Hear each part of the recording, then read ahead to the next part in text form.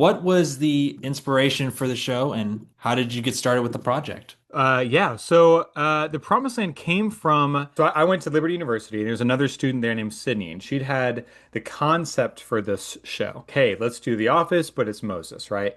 And so, a friend of a friend, a producer who I knew, came to me and was like, "Hey, we have this concept. Do you think you could make a TV show out of it?" And I was like, "Okay, let me check it out. Let me look back and reread some of these stories about Moses and see, what makes sense to tell it in this style, with it being like a documentary, but following the ancient Hebrews and their story, And I was like, where do you even start if you are to do this? You have to kind of find like an in for something like this. And I Mhm. rediscovered the story of when Jethro comes and visits Moses, and he's like, hey, this is how you need to lead, and this is how you're doing it wrong, and this is what the right way to do it would be. And it's basically about delegating and trusting others to help you lead with you. And I was like, okay, great. This feels like this could be a great jump off point for a show about leadership and about how frustrating it is and funny it is, and especially when you're trying to lead a nation that does not want to be led. And the people who are helping you are your brother and sister who are equally ill-equipped to be leaders as you are. And that was kind of the formation for me of like the show and what exists today.